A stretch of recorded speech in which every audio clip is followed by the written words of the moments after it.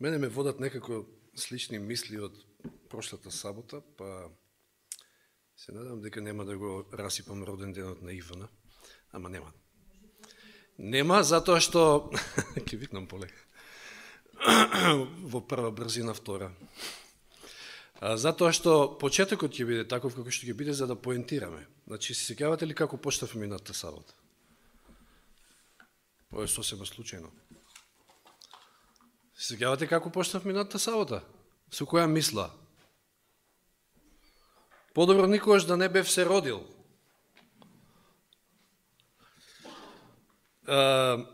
И минатата сабота зборувавме за изјавата на Исуса Христа на Пасхата, мислам кога Исус ја воспоставил светата причест, изјавата што ја дава за Јуда. Но се сеќавате ли на некој библиски карактер со ваква слична изјава, кој што дал ваква слична изјава за себе си? Знаете, спомнав минатиот пат дека некогаш и ние можеби сме изговорили такви зборови, кога не било тешко, кога сме биле во некоја тешка ситуација, околности и така натаму. Се сеќавате ли? Многу познат лик, не може да го промашите. Јов, секако Јов. Во 3 глава на Јов, и тоа има тука малку повеќе стихови, меѓутоа да спомнеме први, значи знаеме што се случило со Јов. Катастрофа невидена, значи, во неговиот живот. Да ги изгубиш сите деца, целиот имот. И му доаѓаат пријателите и седнуваат тука покрај него, го гледаат, тажат заедно со него првите 7 дена, значи молк, никој ништо не зборува. И во 3 глава од Јов почнува Јов да зборува. И видите како почнува. Потоа Јов ја отвори својата уста и го проколна својот ден. Се мисли на денот кога се родил. Ја почна својата беседа и рече: "О, да загинеше денот во кој се родив и ноќта што соопшти се зачна машко. Тој ден нека стане црна темнина. Бог од висините да не си спомнува за него. Сончевата светлина да не го осветлува повеќе. Мракот и смртната сенка да се отимаат за него. Густата темнина да го покрие сосем. Дневните смрачувања да го морат со страв. Од темнината да го присвои сиот, нека не им се додава на деновите на годината, нека не влегува во бројањето на месеците, да го нема едноставно во календарот." Со други зборови. Потоа читав до 6 стих, сега 10 од 11. Зашто не ми ја затвори вратата од утробата, да ја скрие маката од моите очи? Зошто не сум мртов од мајчиното крило? Зошто не издивнав излегувајќи од утробата? Страшни зборови. Потоа во 10 глава има слични 2 стиха, Јов 10, 18 и 19. Зошто ме извади од утробата? О, зошто не умрев? Не ке ме видеа. Ке бев како и да не сум бил, од утробата би ме ставиле в гроб, право. Значи, или да не се родев, или па ако се родев и право во гроб, значи да не ме видеа воопшто, како да не постоев. Страшни зборови, тешки зборови, меѓутоа мораме да признаеме дека е човечки да се свати зошто Јов кажал вакви зборови. После сето оно што го снашло во животот. Ке зборуваме за животот, ке зборуваме и за вечниот живот, но после вакви зборови човек ќе се праша толку ли не вреди човечкиот живот за да се каже вакво нешто. На Јов навистина му било страшно тешко, но знаеме дека издржал храбро до крај, сепак, и покрај тоа што го изговорил. И еден изворенен пример за нас, да издржиме без оглед на тоа што не се случува во животот. Сега, знаете, кога станува збор за живот и за вечниот живот, мнозина од светот воопшто не ни познаваат такво нешто, односно, тоа е за нив научна фантастика, не ни веруваат. Но како човекот ќе го живее животот, зависи од тоа дали ги запознал вистинските вредности и дали живее според вистинските вредности на животот.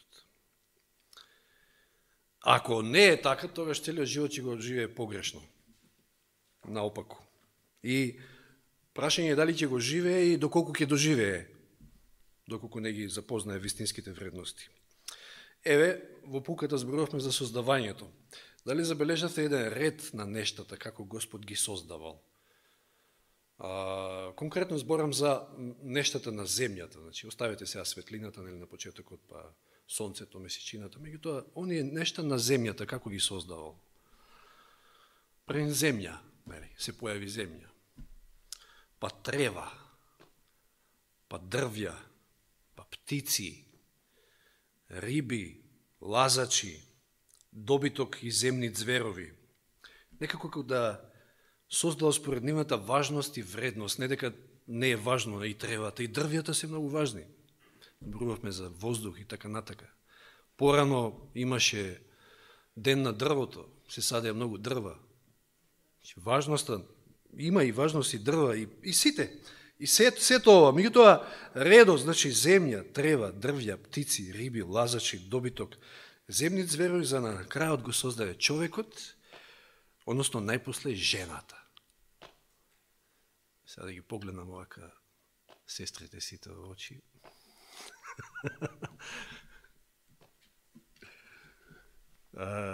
Но има тука еден момент, значи точно важноста на жената е огромно, иако е енигма, како рече Андре таму позади.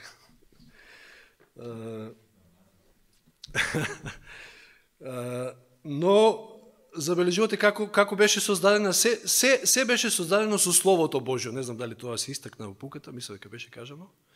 Човекот Господ го создаде од земниот прав, значи лично, со своји раце, го обликува, му дахна животен здив, тој стана жива душа и потоа од едно ребро од Адам ја создаде жената. Океј. Значи, сето ова си има своја вредност, како што кажав, но мора да ги вреднуваме нештата како што треба. Мора да гледаме на вредностите како што треба. Пословици 12.10. Слушате овој стих. Праведникот внимава и на животот на својот добиток, додека на нечестниот срцето му е свирепо. И мислам дека и примерот на Зоки беше едните ги тераат овците со стапови, како месарите ли беа тие, што не си ја знаат работата. Меѓутоа, вистинскиот пастир ги води овците, значи се грижи за нив, ги води на добри пасишти, така натаму. Било што да имаме како добиток или животно, или било што дома, треба да се грижиме за него, затоа што и тоа е створение Божје и има своја вредност. Не треба да бидеме свирепи. Да се подсетиме на случајот со Јона, во 4 глава на книгата Јона, 6-11, меѓутоа не мора да читаме. Имаме Божиот пророк кој што не може да направи разлика меѓу да ги вреднува нештата како што треба. Имате од една страна тиква, од друга страна 120.000 души во Ниневија. И на него му е жал за тиквата, која ќе се исуши, која што исто така нели Господ ја дал да никне, а не му било жал за 120.000 души. Божи пророк.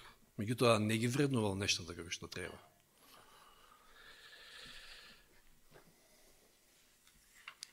Матеј 12, 9 до 12. Еве се спомна и во пуката како Исус, и не знам дали го спомнавме тоа, мислам дека не го спомнавме, како Господ Исус намерно дури во сабота исцелувал, за да покаже дека саботата има и друга цел, значи е ден кога Господ исцелува и од грев, и од се она што може да не оптовари во овој живот. Читаме од 9 до 12, овде имаме еден таков случај, и кога си замина оттаму, дојде во нивната синагога и ете таму беше човек со исушена рака, и за да го обвинат, го прашаа велејки дали е дозволено да се исцелува во саботите. А тој им рече, кој човек од вас, ако има една овца, че сега ги насочува на тоа, ако е прашање овца, дел од вашиот добиток, од вашиот имот, и таа падне во саботен ден во јама, не ќе се неки ја фати и неки ја извади. Има ли таков? Им поставува прашање. Па како тогаш за човекот прашувате? 12 оставили, а колку е поскап човекот од овцата? Затоа е дозволено да се прави добро во сабота. Видите, Исус им ги поставува нештата како што треба. Овцата, да, и она е вредна, меѓутоа колку е поскап човекот? Зошто се прашувате дали треба да му се помогне на човекот во сабота? Лука 12 глава, од 6 до 7. Исто една убава полука овде. Лука 12, 6 и 7. Зар не се продаваат 2 врапчиња за 2 асарија? Најситните парички што постоеле тогаш во Јудеја. Не, врапче, што е врапче? Едно од најбезвредните птици, да кажем така. Меѓутоа си има и тоа своја вредност, не е залудно создадено. Се сеќавам како деца. Јас малку ми беше тешко тоа, онака повеќе за забава, меѓутоа другарите знаеја да маваат по врапци, мислам со она праќа, како се вика. Да. Некои ги јадеа и така натаму ќе се изготват. Но, вели овде, зар не се продаваат 2 врапчиња за 2 асарија? За ситно, меѓутоа нешто вредат. И ниедно од нив не е заборавено пред Бога. Господ не заборава ни на нив. А вам ви се избројани сите влакна на главата. Дори Господ ги знае влакната на нашата глава, кои што постојано се во минус. Не бојте се, вели, вие вредите повеќе од многу врапчиња. Повторно, значи, една ситуација кај што Господ сака да ги вреднуваме нештата како што треба. И живееме во чудни времења. Денес имате, од една страна има разни кампањи за спас на, знаете, ретки видови на животни кои што се повеќе нели изумираат, да речеме поларната мечка или други, а од друга страна си се носат закони онака како од ракав про абортус. Кои се тоа вредности извртени? Од една страна мечките ќе ги спасуваме во ред, а од друга страна ќе ги убиваме оние кои што не се ни родени.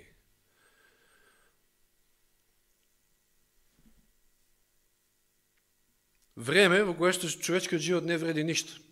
Барем кога е во прашање, кога гледаме војна, тоа многу лесно се гледа. Меѓутоа, јас се сеќавам низ годините наназад имаше убиство на една старица, ми се чини во Велес беше за 100 денари. За 100 денари ја убија жената.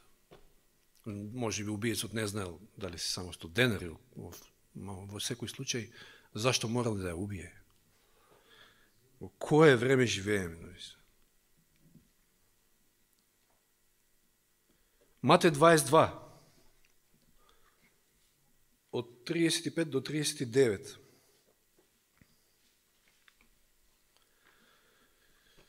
Ги откриваме и се учиме на вистинските вредности и како да ги вреднуваме нештата. Матеј 22, 35 до 39. И еден од нив, законник, го праша искушувајќи го Исуса, значи, учителе, која е големата заповед во законот? А тој му рече, љуби го Господа твојот Бог со сето своје срце и со сета своја душа и со сета твоја мисла. Тоа е најголемата и прва заповед. А втората е како и оваа, љуби го твојот ближен како себе си. Господ, ближниот, но и ти си битен. Знаете, здравата самодоверба е добра, треба да ја имаме. Затоа што луѓето денеска мнозина се несигурни, затоа што мислат дека не вредат. Меѓутоа, меѓу другото, Исус го сторил оно што го сторил и да ни покаже колкава е нашата вредност. Целиот план на спасение заради тоа. Да погледнеме на себе и да видиме која е вистинската наша вредност.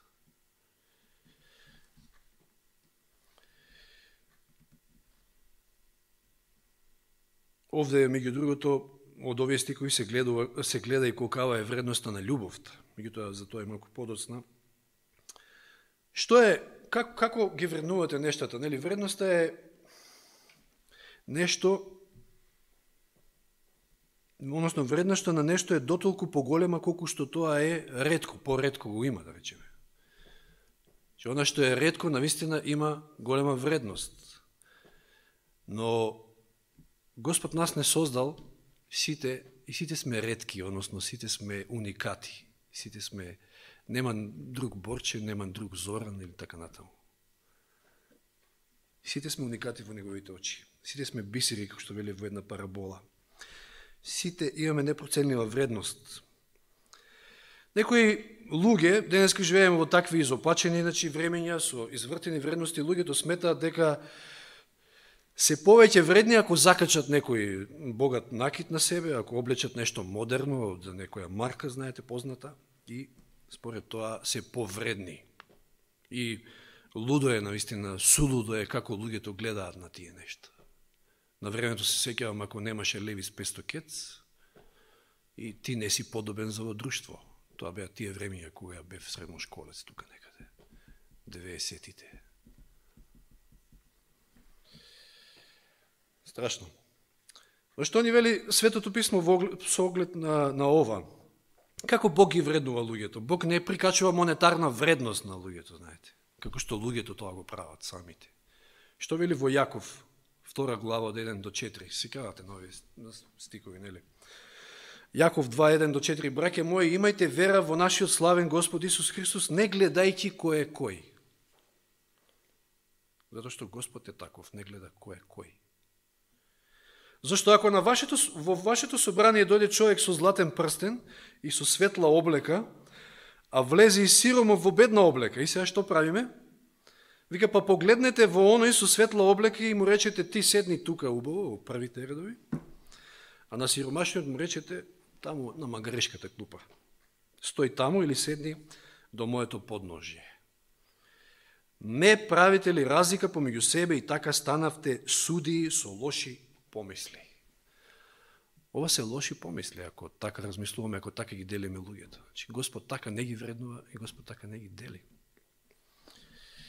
На Бога не му е важна вашата сметка во банка, тој ја гледа пред се жртвата што ја правите. Па сетете се на сиромашната вдовица со 2 лепти. Тоа што имаш и тоа даде. Тоа Господ повеќе го вреднуваше од било какви големи дарови други. Или Марија Магдалена, случајот со Марија Магдалена, целогодишна заштеда, ја спомнав минатиот пат. Тоа нардово миро во вредност од 300 денарии.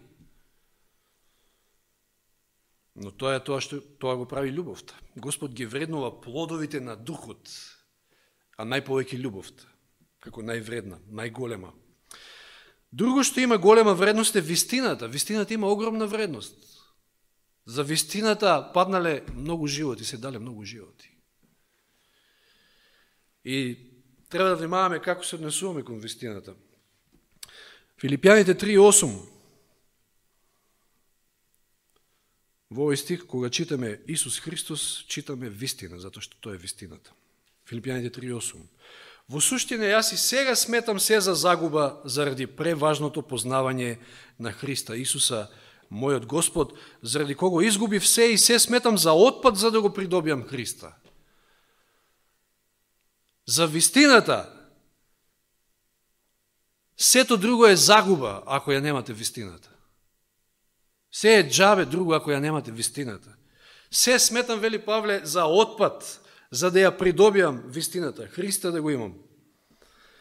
Или Библијата, оваа книга над книгите. Исто мнозина го изгубиле својот живот во одбрана на Божјата реч. Колку ние ја цениме, тоа е прашање. Јован 5:39 вели, вие ги проучувате писмата, зашто мислите дека имате вечен живот во нив и тие сведочат за мене. Писмата сведочат за Господа. Преку писмото доаѓаме и до вечниот живот, до спознание на тоа што има вредност на вистина, вечниот живот. Или Исаија 48, тревата се суши, цветото венува, сето тоа е минливо, но словото нашиот Бог останува довека. Вредноста на словото. Но што е оно што има најголема вредност? Го спомнавме животот. Животот го дава Бог. Бог е живот од Давид. Но Господ ветил и вечен живот. Затоа што знаеме дека овој живот е многу минлив, многу полн со се и сешто, и со убави работи, и со не така убави. Матеј 16:26 познат стих. Зошто каква полза ќе има човек како го придобие целиот свет, а на својата душа и на пакости? Или што ќе даде човекот во замена за својата душа? И повторно сега имаме тука споредба на целиот свет. Земете сите богатства, сето злато, се наспроти душата, наспроти спасението, наспроти вечниот живот. Не вреди ништо тоа од левава страна. Можете ли вика нешто да дадете за замена за својата душа? Ништо, и со цел свет да го имате и да го дадете, не можете да откупите душата. Спасението. Која вредност има вечниот живот, спасението на нашата душа? Некој кажал во однос на тоа што сме составени, се сеќавате, 75% некаде сме вода, мислам, ние како луѓе. Ако земете вака да го стиснете човекот, да го истискате како еден сунгер, ќе остана 25%, значи на другото ќе излезе водата, не е нешто вредна, и ќе остане таму некој минерал, че не знам што, и некој проценал дека тоа кошта, односно чини околу 200 денари. Која вредност? Меѓутоа во Господови очи вредиме многу. Крстот ја покажува вредноста моја и твоја. Колку вредиме? Па Исус го даде својот живот, значи не се поштеди сами од себе за нас да не откупи. Не сме се родиле случајно. Тоа е Божје провидение, Божја промисла. Да не искористи во својата служба за слава Негова, ни подарил живот и испланирал се до последна буква, до последен ден од нашиот живот. И пред се, значи, нашата вредност треба да гледаме низ перспективата на крстот. И тогаш треба да се запрашаме како го живееме животот, така погледнеме. И дали не го арчиме, може би, онака, без везе, што би рекле. Познатиот физичар, математичар и филозоф Блес Паскал изјавил вакво нешто. Многу силна изјава. Само будалата би живеел безбожен живот. И да видиме како дошол до тоа своје сознание. Интересно, меѓутоа ќе го представиме преку малку модерно гледање на нештата. Не знам дали сте играле некојаш лото.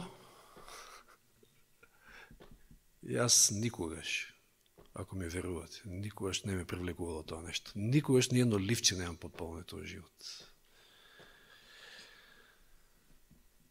Колкава е добивката сега? Не знам, нити следам, нити ме интересира. Ајде некој милион таму, не знам. Голема добивка, примамлива. Колкав е ризикот?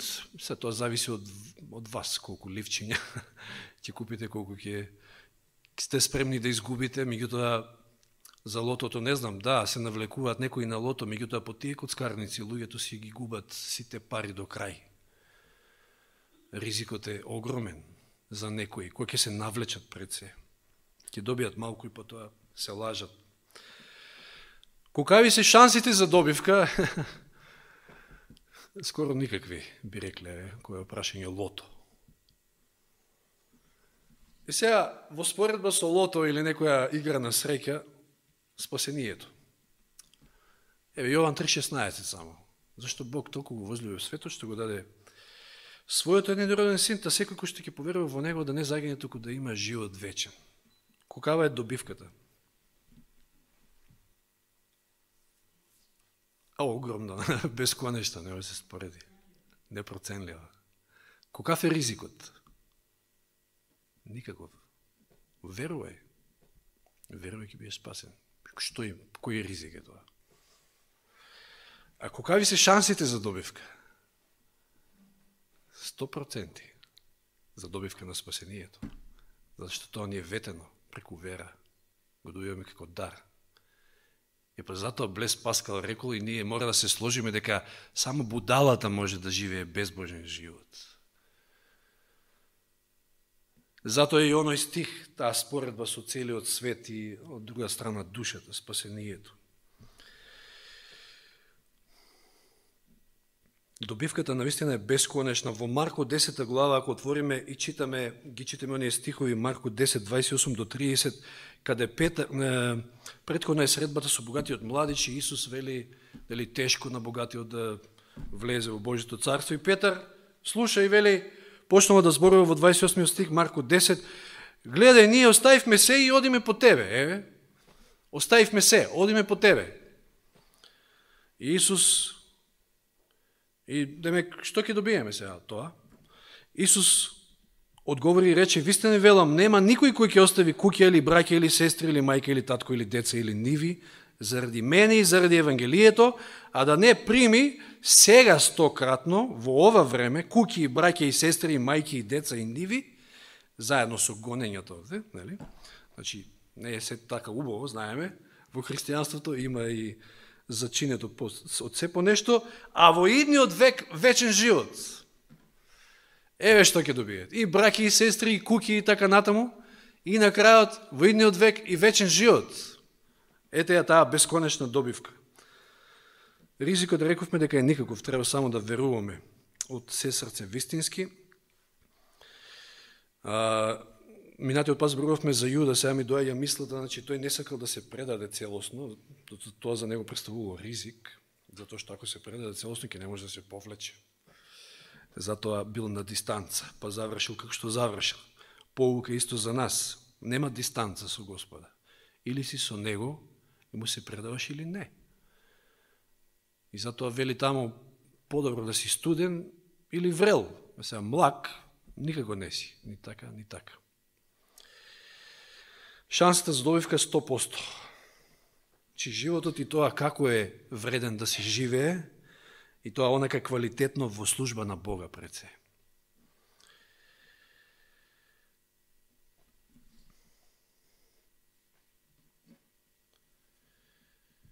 И кога ќе го осознаеме тоа, преку познавањето на вистинските вредности во животот, ќе ја сватиме и својата вредност, но на еден здрав начин.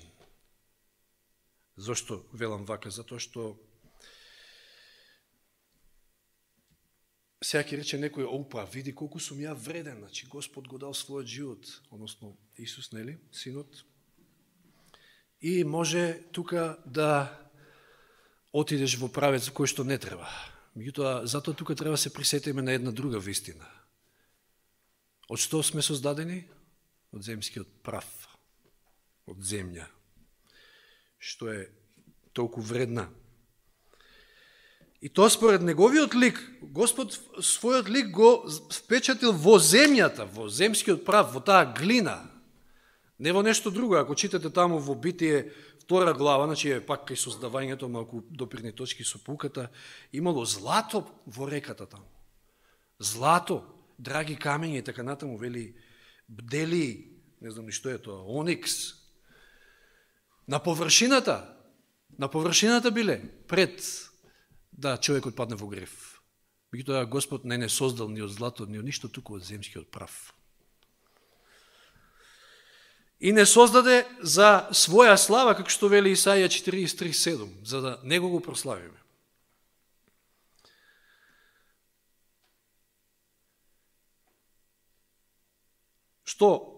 Каква вредност ќе му се припишеше, односно каква слава ќе му беше припишена на Господа ако не создадеше од злато, ако бевме златни онака. Па златото, нели, самото по себе има некоја вредност, меѓутоа калта што вредност има? За да му се оддаде цела слава на Господа. Тој од калта, од глината направи и прави совршенство, прави сад за честна употреба, како што вели во 2 Тимотеја 2:21. Од злато да направиш нешто божествено е спектакуларно и фасцинантно, но не толку како кога тоа ќе го направиш од земја. И пак ќе се подсетиме на Грнчарот, јас се сеќавам и на поуката што беше тогаш на тоа заедничко богослужение и спомнав и тогаш, видите како Господ дал поука, меѓу другото, преку оној кип, што го сонил на Навуходоносор. Оние светски царства, власт, моќ,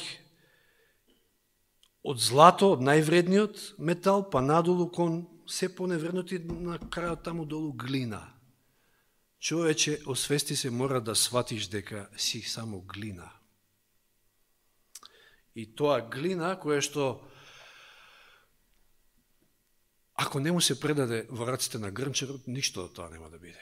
Меѓутоа, ако му се предадете, во негови раце тој што ќе го направи оној сад за честна употреба. И грмчарот не се откажува така лесно. Повторно и повторно ја зема глината, ја зема, се додека не го направи тој сад. Наравучение од ова, дека ние самите по себе па и немаме некоја вредност, меѓутоа вредноста се гледа во она што Господ го направил од нас, Он го впечатил својот лик во нас и покрај тоа што сме го изгубиле, сега преку планот на спасението сака да го врати, тоа му е негова крајна цел.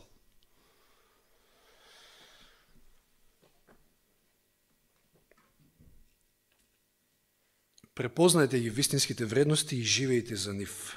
Вреднувајте ги нештата како што Бог ги вреднува, за да вашиот живот има смисол. И верувајте му на Бога. Зошто сте се родиле, зошто живеете и така натаму, зошто ве става некои ситуации, зошто нешто се случува во вашиот живот, тоа е се по негова промисла. За да го направи оној сад. На крајот ќе завршам со Еремија 29:11. Мора да му веруваме на Бога, еве што запишал преку пророкот Еремија 29:11, познат стих. Зошто јас ги знам своите замисли за тоа што имам намера со вас, со секој од нас. Каква намера има Господ со нас? Зборува Господ, нагласува овде, зборувам јас, Господ, замисли за мир, а не за несреќа, да ви дадам иднина и надеж. Ако сакате светла иднина, ако сакате надеж, тогаш веруете му на Бога, живеете, прифатете ги вистинските вредности и живеете според тие вистински вредности. И не заборавајте, највредното нешто е вечниот живот. Ако тоа го изгубиме, џаве е се друго што ќе придобиеме на овој свет. Нека му е слава на Бога. Амин.